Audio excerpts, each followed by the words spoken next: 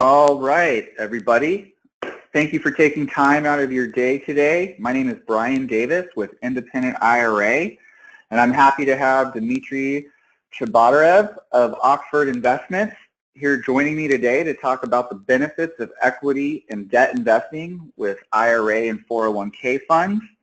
A little bit of the administration stuff before we dive in here.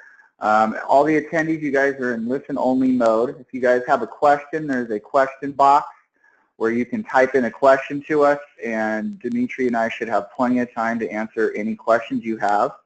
We're also recording this webinar, so if you have to get off for any reason, feel free to contact Dmitry or myself, and we should be able to provide that recording to you hopefully within a day or two. But anyway, Dmitry, thank you so much for coming on today. I'm looking forward to your presentation. I've seen the slideshow, but looking forward to hearing it from you.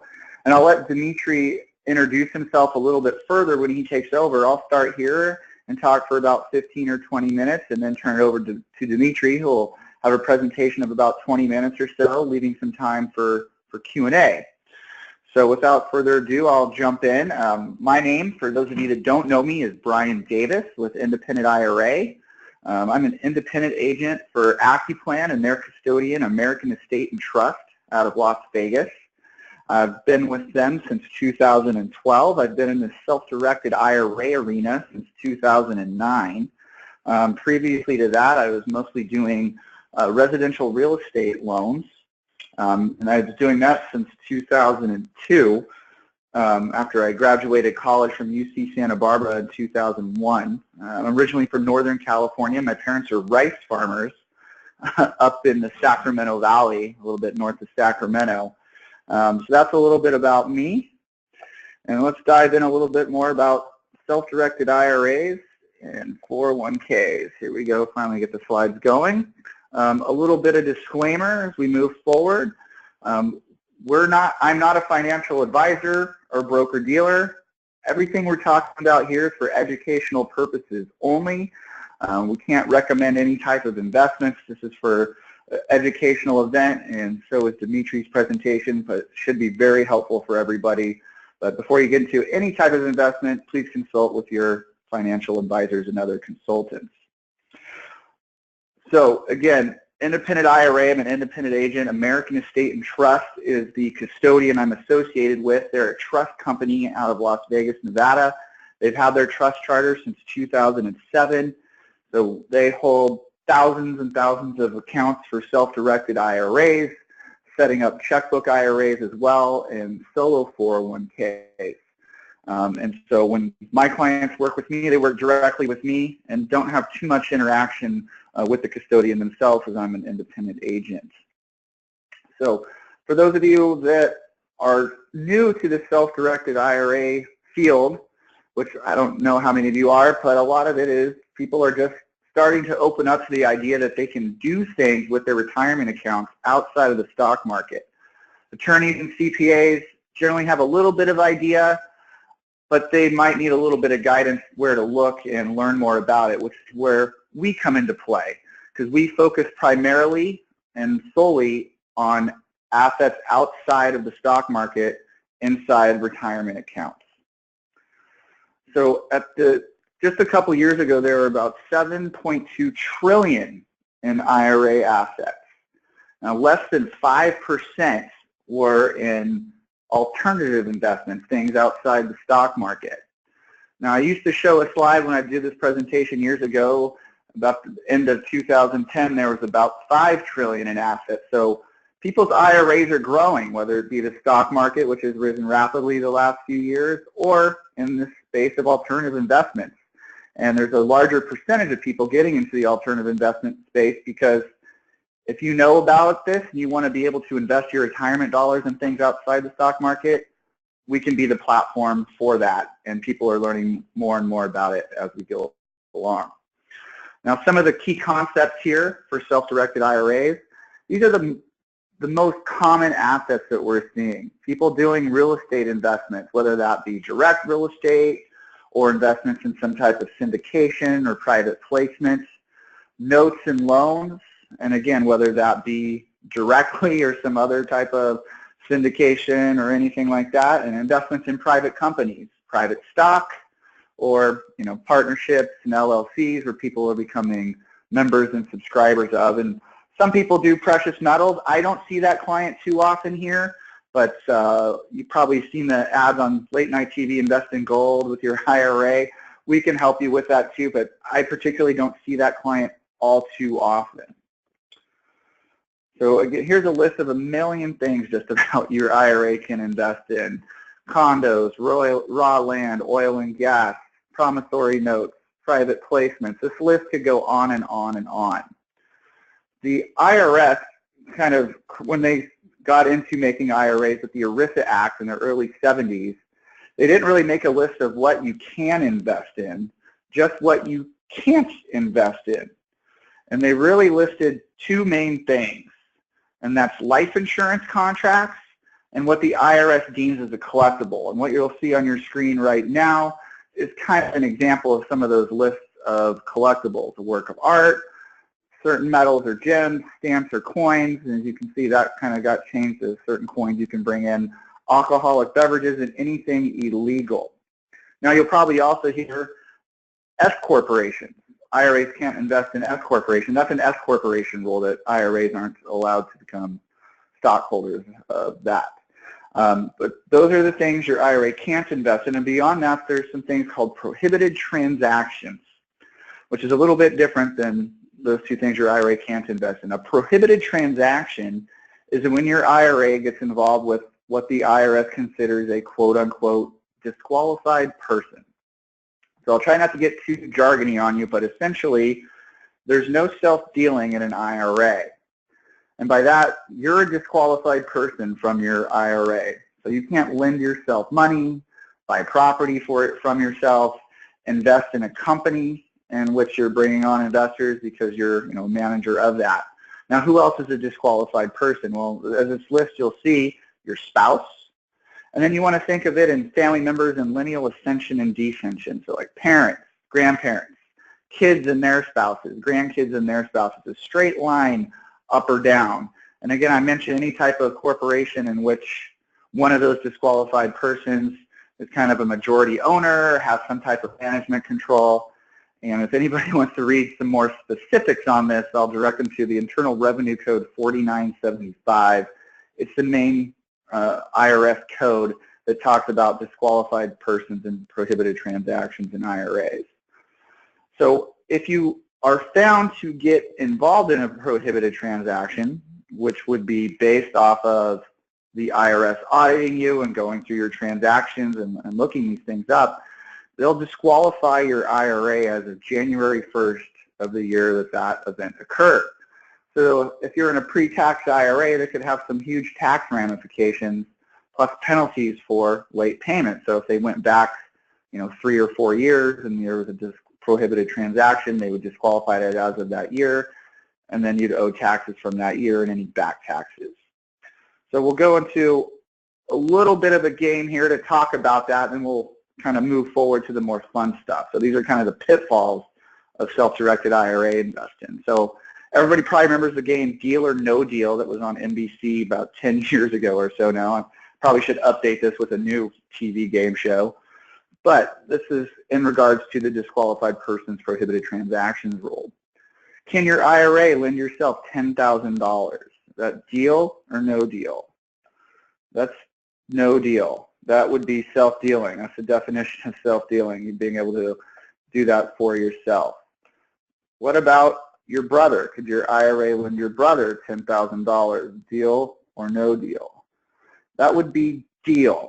Your brother isn't lineal ascension up or down. Now, one thing I do want to point out is the IRS has something what they call the indirect rule, where if you're lending money to your brother and then your brother is just turning around and putting that into your company or investing with you with that dollars, the IRS would say, hey, you're just trying to skirt the rules. This indirect rule makes this a prohibited transaction. So on its face, it's not, but just keep in mind that that isn't just a workaround for you to invest in your own company.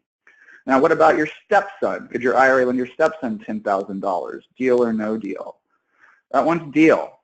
If it was your son, it would be no, but stepson, according to the IRS, that's okay. And last one here before we move forward, your daughter-in-law, $10,000.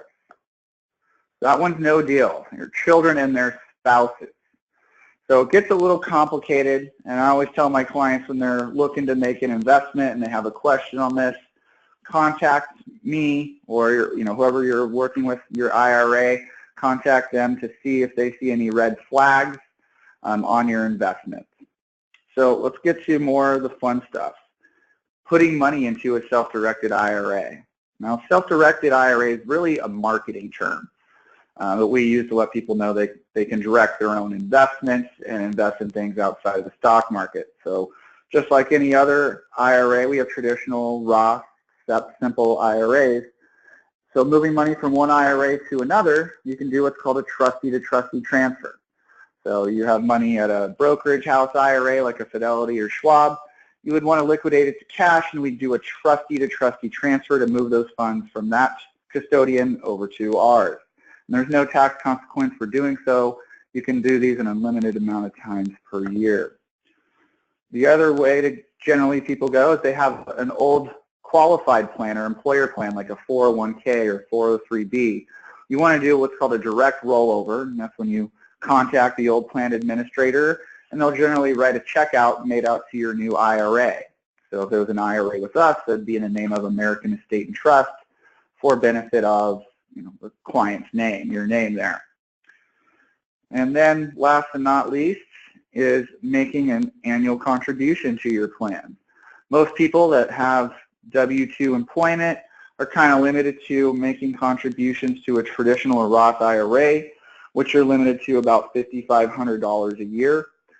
Some small businesses will have a simple IRA, which they can make contributions to as well. It works similarly to a 401k where the employee can defer out of his pay so much money a year and the employer can match a little bit. But I don't see those all too often. Generally, when I'm dealing with self-employed individuals, we deal with the SEP IRA, which is a self-employed pension, or even a solo 401k, or what I labeled an individual K here. And we'll get a little bit more into that individual K. There's some big benefits in the alternative investment space, specifically with real estate, with an individual K. So we make it pretty easy opening up an account. People can open up an account online with us in a matter of minutes. Then we got to work on bringing the money over, whether it be a transfer, rollover, an annual contribution. And then we work on funding their investment, where the client provides us a direction of investment form with the supporting documentation, and that's the asset in their account. So the next thing I want to talk about is the checkbook IRA and the 401k. This is where people are looking for a little bit more access to their funds than just having an IRA custodial account. And this can become a very big space for people that are investing in direct real estate that they might be fixing or flipping or need to fix up, or investing in non-performing notes where there's going to be a lot of back and forth. You might not have the time or want to go through all the hoops to jump through with having just a direct custodial account. So first thing I want to talk about is what's called the checkbook IRA. Now the checkbook IRA is what we do is we create an entity that the IRA owns, and the IRA owner becomes the manager or trustee of that entity, and they'll get their own bank account for it at their local bank and be able to do those investments themselves. And most of the time that we're seeing this, or that we've seen this in general, I would say, is people doing this through an LLC method, where the IRA owner is an unpaid manager, and the IRA is the sole member, generally, of this LLC. On a federal level, it's considered a pass-through or disregarded entity since there's only one member, which would be the IRA. However, here in California, primarily for California residents, this comes into effect, is California Franchise Tax Board. Franchise Tax Board is going to want their $800 a year plus any potential gross receipts tax if you go over $250,000 in gross receipts. That's why when we've kind of worked with in my company that I call Independent IRA and Retirement Checkbook, we create a different type of entity structure than an LLC for these folks, and that is called a business trust. And it's a very similar format than the LLC. It's a pass-through or disregarded entity on a federal level because there's one member owner. But on the state level, in California, the trust follows federal guidelines. So it's a disregarded entity at the state level as well. So you avoid having to pay the franchise tax board fees or the gross receipts tax, and you don't even have to file a return for it. So we found this entity structure a lot nicer, the folks that want checkbook control with their IRA. And if people have more questions about that, they can contact me or look at my site that you can see here on it. Now, I kind of went through all this stuff here to disregarded entities, so no worry about the state filing fees. The last thing I kind of want to talk about here before I turn it over to Dmitry will be the solo 401k plan, or as the IRS describes it as a one-participant 401k plan. It's for the self-employed individual that doesn't have any W-2 and full-time W-2 employees besides themselves and perhaps a spouse. So a 401k plan is a retirement saving trust, as my slide says here, and this can work out for you whether you're a sole proprietor, or you have an LLC or corporation or partnership generating revenue. It has to be an earned income business. Now, you have any other 401k plans that can be rolled over to it. If you have any pre-tax IRAs, that can also be rolled over to it.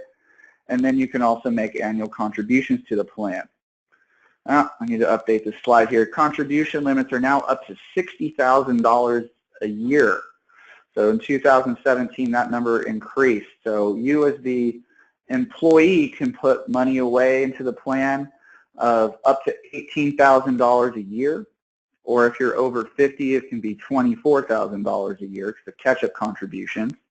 One big benefit is that can be a Roth contribution to the plan. So you can have two buckets of funds in the 401k plan, a pre-tax bucket and a Roth bucket.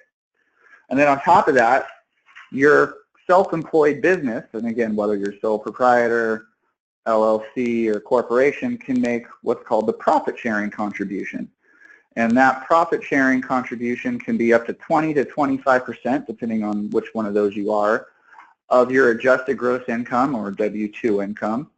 And the combination is $54,000 a year, but if you're over 50, that jumps to 60. Some big points here, the Roth feature, as I just discussed.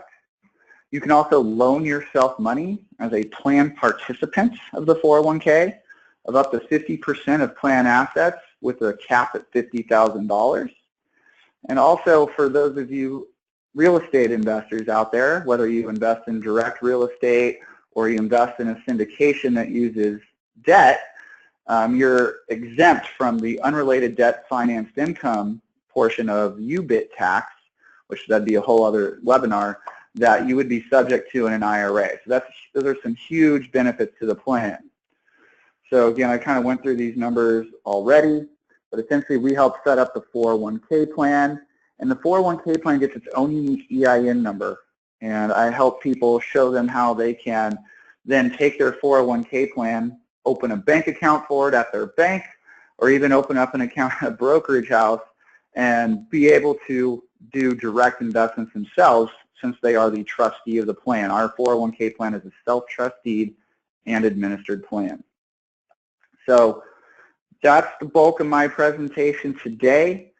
Here's my contact info right here, Brian Davis. You can look me up at brian@independentira.com, my website, independentira.com, or give me a call at 619-432-4555. With that, Dmitry, I'm going to turn it over to you. Very nice, Brian. Can you hear me okay? I can hear you perfectly, yeah, thanks for coming on. I'm real excited to see your presentation. I've gotten to know Dmitry through one of his employees, Patrick O'Donnell, and I'm really excited to hear your guys' presentation. So without further ado, Dmitry, I'll let you take it from here. Very nice, much appreciated, Brian. Before I get into my presentation and explaining who I am, I want to make one small semantics comment on your presentation. You had mentioned that real estate is not I'll use the terminology you used. You said that real estate is an alternative investment. That is not the case. I know that it is called an alternative investment by financial advisors and different people in the finance sector. But as we all know, anybody who has any degree of success at some point goes to real estate. So that being said, I will agree with you there. Yes.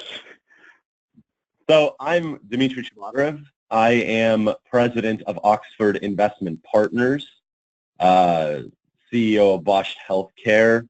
I run this development company. We have an office in Newport Beach, as you see on the screen there. We also have an office in Las Vegas.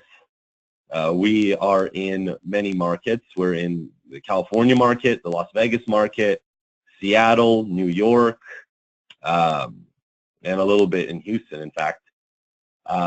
We do all sorts of different investments in real estate, all commercial, so no residential, unless you consider multifamily residential, which I do not. But you'll see as I move through this presentation, I have a couple of past deals that we've done just to show an example between debt and equity investing and where it should be applied or where it can be applied effectively. So that being said, let's go right into it. I'm sure many of you have invested in real estate or considered investing in real estate. And my question to anybody who does invest in real estate or wants to invest in real estate is what percentage of debt would constitute your portfolio. So in Oxford, in our company, we have about 30 to 35% leverage portfolio-wide, which, again, if anybody has experience in real estate, that's considered to be a very conservative percentage portfolio-wide. And generally, the belief behind that is, when you're investing, I'll give the umbrella overview, and then I'll get into the details. When you're investing in real estate, the more debt you take on, the more risk you take on. But the higher your return is, the more rewarding it can possibly be. So in finance, we call that a multiplier. If you're making a certain return, let's say 10% on your money, cash on cash, in a particular asset, and you take on debt, it means that the amount of money that you yourself are putting in is less equity, and so your return would presumably go up after your debt servicing. So let's kind of go into that. U.S. averages. So in the U.S., I'm not going to go into this too much, but as you see, mortgage debt is significantly higher than any other debt in the United States. So people tend to take out debt for real estate, and it's very common. Anybody who has gone to any real estate networking meetups or talked to somebody in real estate, they've most likely used the term other people's money. And generally, other people's money is referring to debt, saying, okay, well, take out a loan for your fix and flip, or if you're buying a retail center, take out a loan for 70, 80% because then you're not putting in as much of your own money.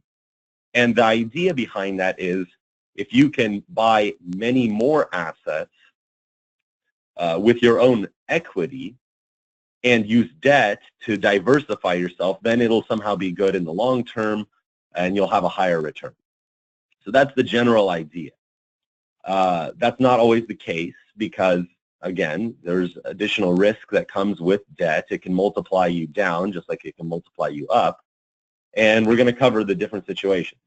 So I had already mentioned who I am, founder, general partner, Oxford Fund Managers, Oxford Investment Partners, Chief Executive Officer of Bosch Healthcare.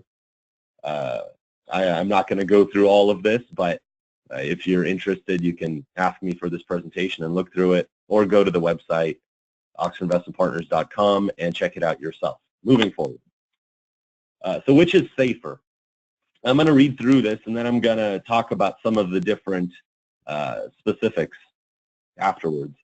So the common theme in the U.S. and Europe, and that's very important to mention, that it's really very common in what we consider the Western world, U.S. and Europe, is that debt is safer than equity.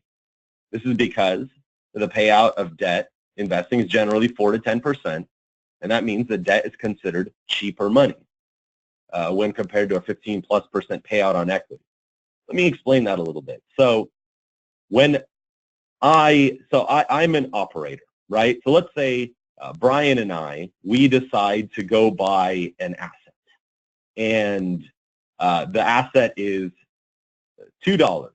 So I put in $1 and Brian puts in $1. And so we are now equity partners, right? So let's say that's going to give a 15% return on investment over a certain period of time. Well, if we're partners and we're both doing everything equally, we're equity partners, then we're going to split that return. Let's say I'm doing all the work, so maybe I'll take a management fee, but regardless of that, generally you're talking about, when you're talking about partners, you're talking about splitting the equity in some sort of fair manner. When you're talking about debt, so let's say the return is 15%, but I borrow that dollar from Brian at 4%. So my only obligation is not to pay him an even equity percentage, because he's not a partner, he's a lender to me. So I have $1 in and Brian has $1 in, but we've agreed that he's lending me that money. And so as long as I pay him back that money plus the interest that we've agreed on, I can then maximize my personal return in that deal, and he gets the return that was agreed upon. The downside of that is if I can't service that debt, if I can't pay him back that interest rate on during the agreed upon timeline, then he can go in and take that asset, and then he has 100% equity, and so it's good for him, right? And so that kind of goes into this next point, which is it acts as an equity multiplier. When one makes good returns, the return IRR, the internal rate of return or annualized return, increases. And there's also some tax benefits to using debt. Of course, you can write off your interest in certain situations. And I'm not a CPA, so the situations you will have to talk to your CPA about. And really, for the most part, one is only worried about debt during a recession, because when things are going good and when things are moving up and up, then your debt gets safer and safer until things go down, at which point you have to pay your debt, and if you can't pay it, then you're proverbially screwed. The advantages of equity. So free and clear ownership. There's less risk to principal during unexpected downturns. That's the big advantage, regardless of what happens with the economy. If you own, let's say you own a retail center or a single-family home or an apartment complex or any asset, free and clear, you have no debt, then there's really nobody that can take it from you during a recession. The bank's not going to come at you because you're not dealing with the bank. As long as you can pay your, generally, depending on where you are, 1% property management tax, or not property management tax, property tax, sorry about that, then you're going to be good.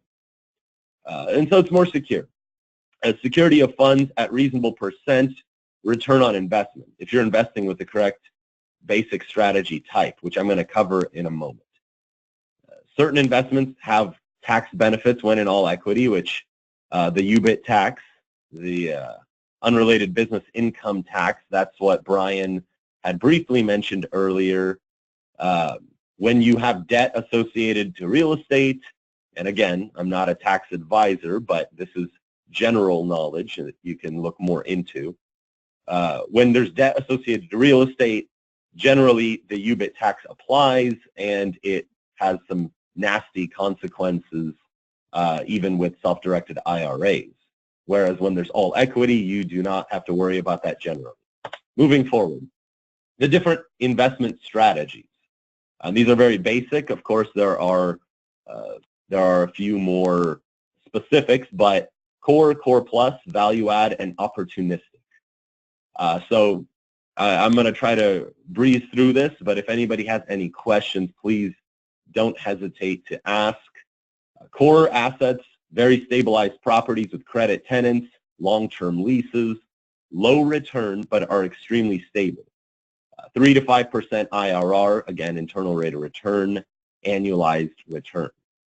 So this would be if you bought a piece of real estate that it's a single tenant, Chase Bank, you know Chase isn't going out of business. They're in there for 20 years.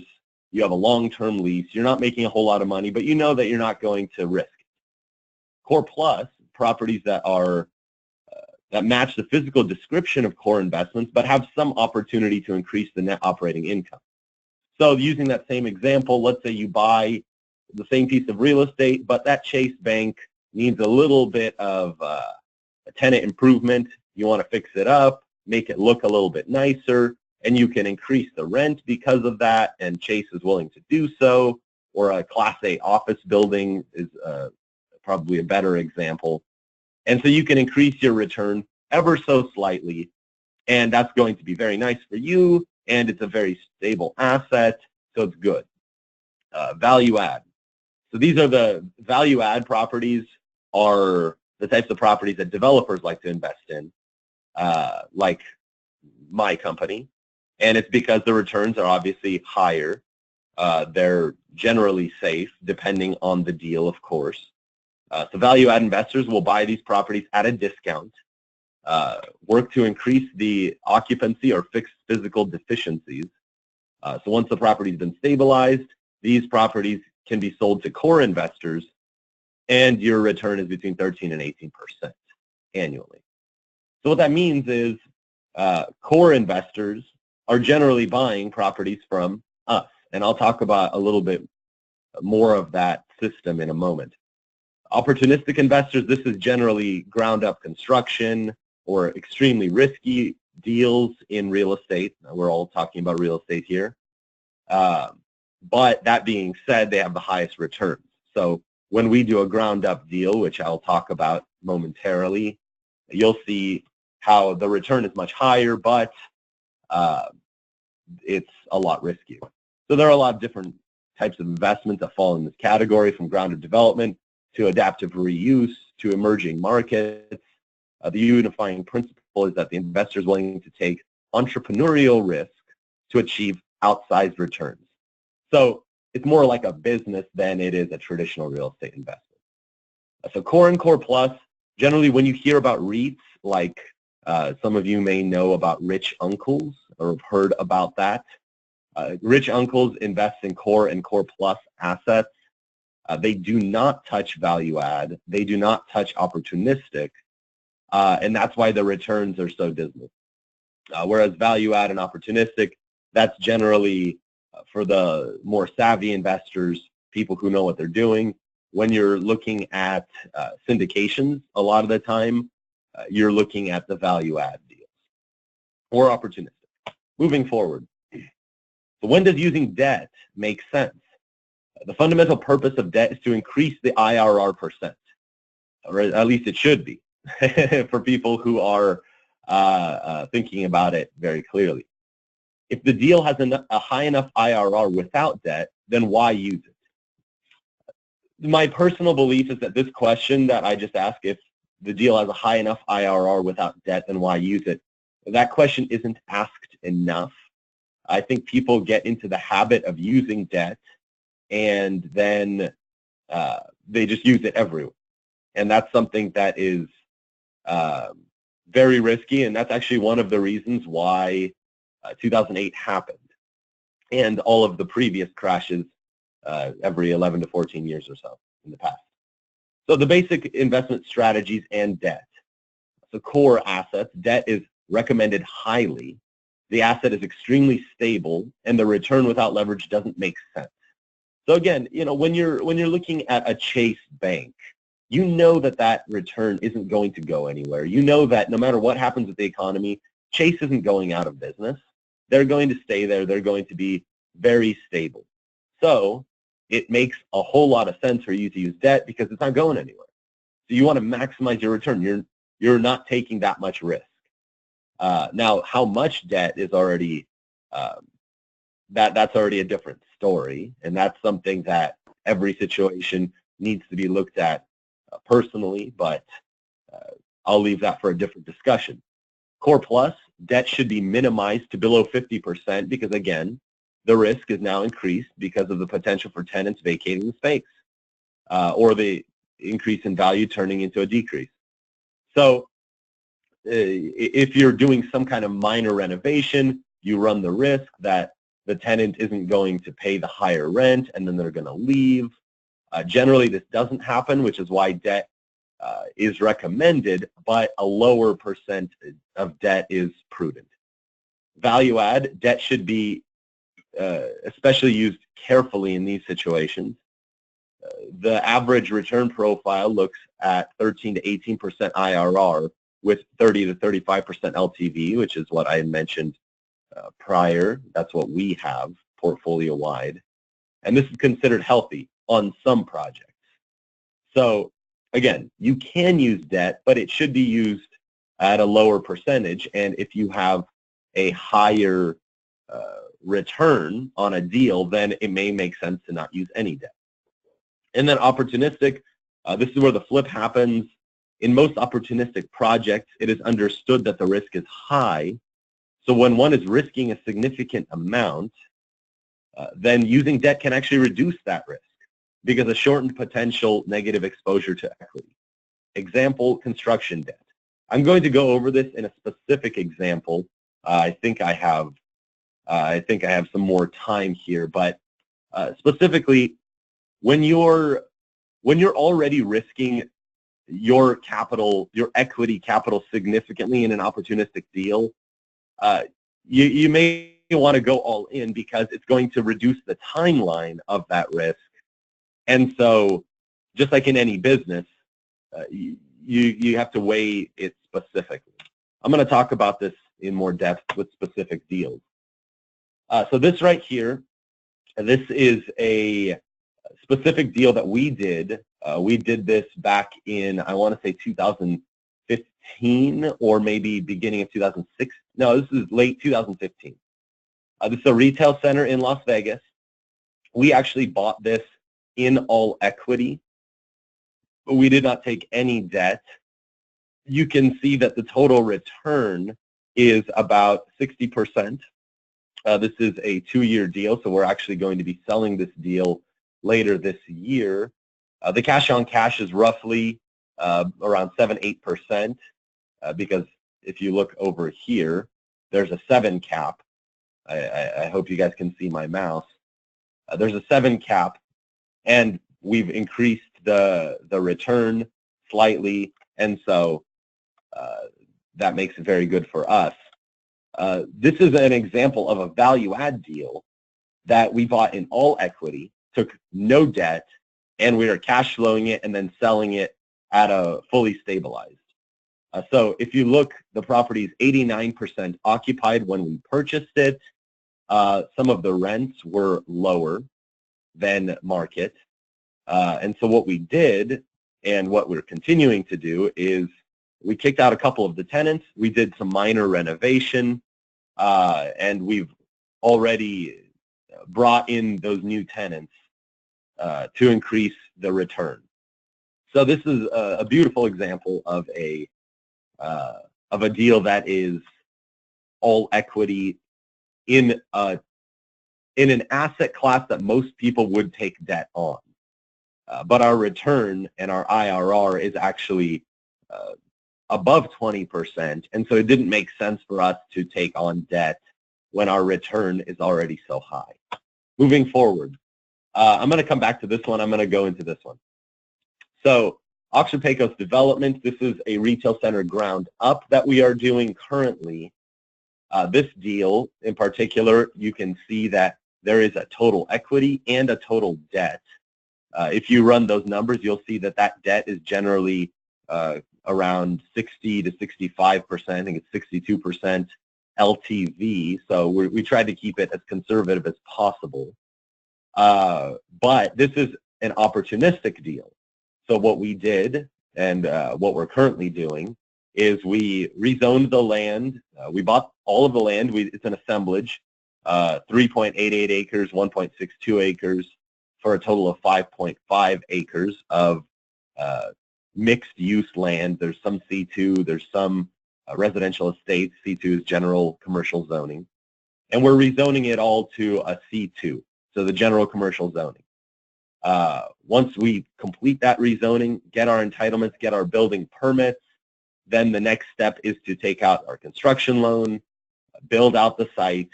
Meanwhile, we're doing our pre-leasing, and then once the site is fully operational, we sell it. You'll notice that the return is around 64% over a 2-year period. If we did not take that debt out, that return would be closer to a 20% over a 2-year period. And so you can see that obviously 40% more made that debt worth it.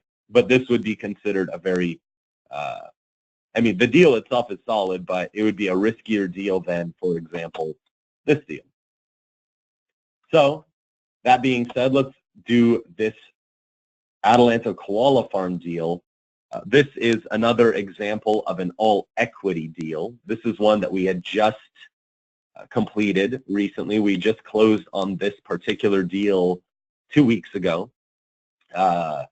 The total return is obviously very high. We're talking about 20% cash on cash, which in this particular case, it's because our end users, I should be careful using that term, our tenants that we lease to are actually in the marijuana industry. We're not. We are only in the real estate industry. But what they're doing is they're doing marijuana cultivation and manufacturing, fully permitted. We have all of our permits with the city. They have their licensing with the state. And so just to be very clear on that one. And so our return initially is 13% cash on cash.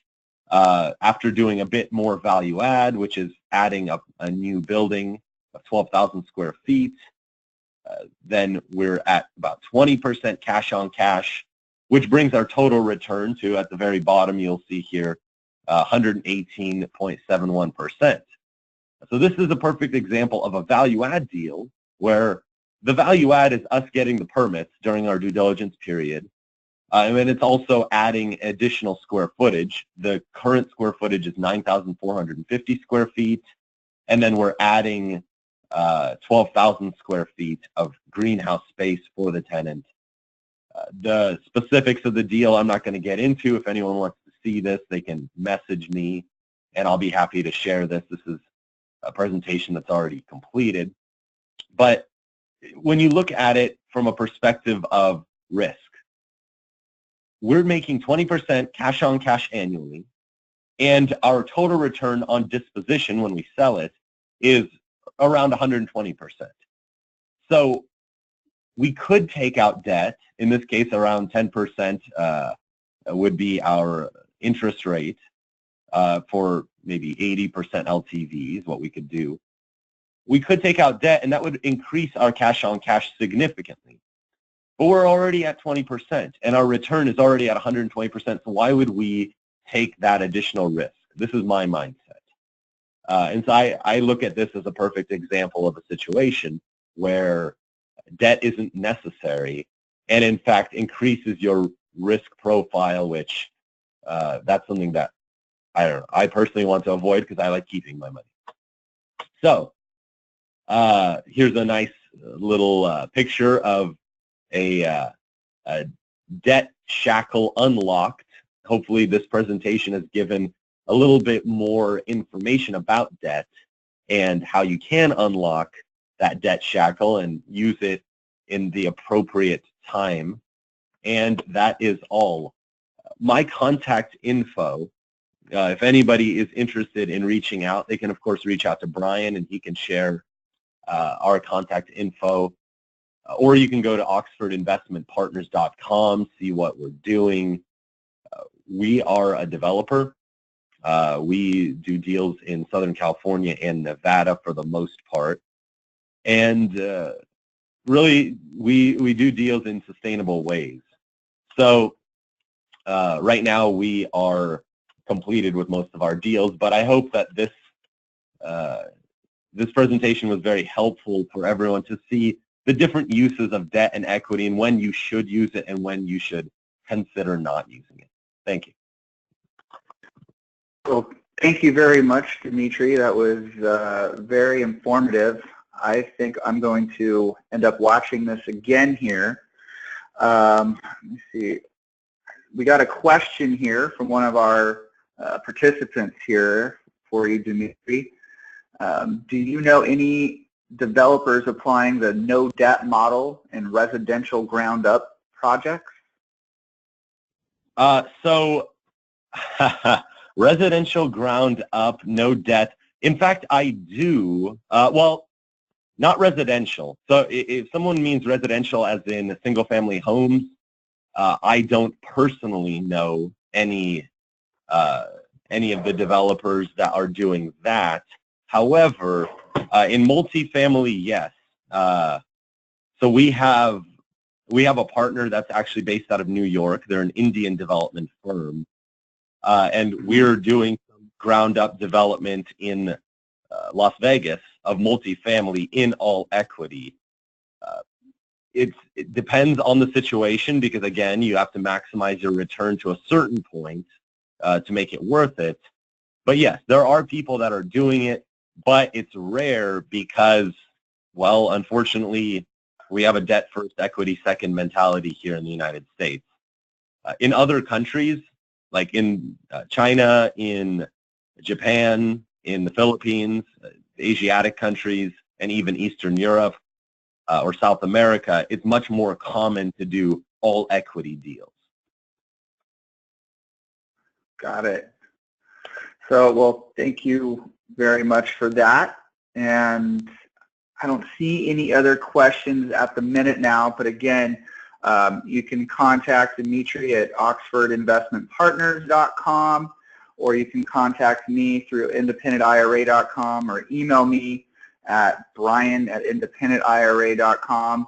And I should have a recording done for this hopefully within the next day or so.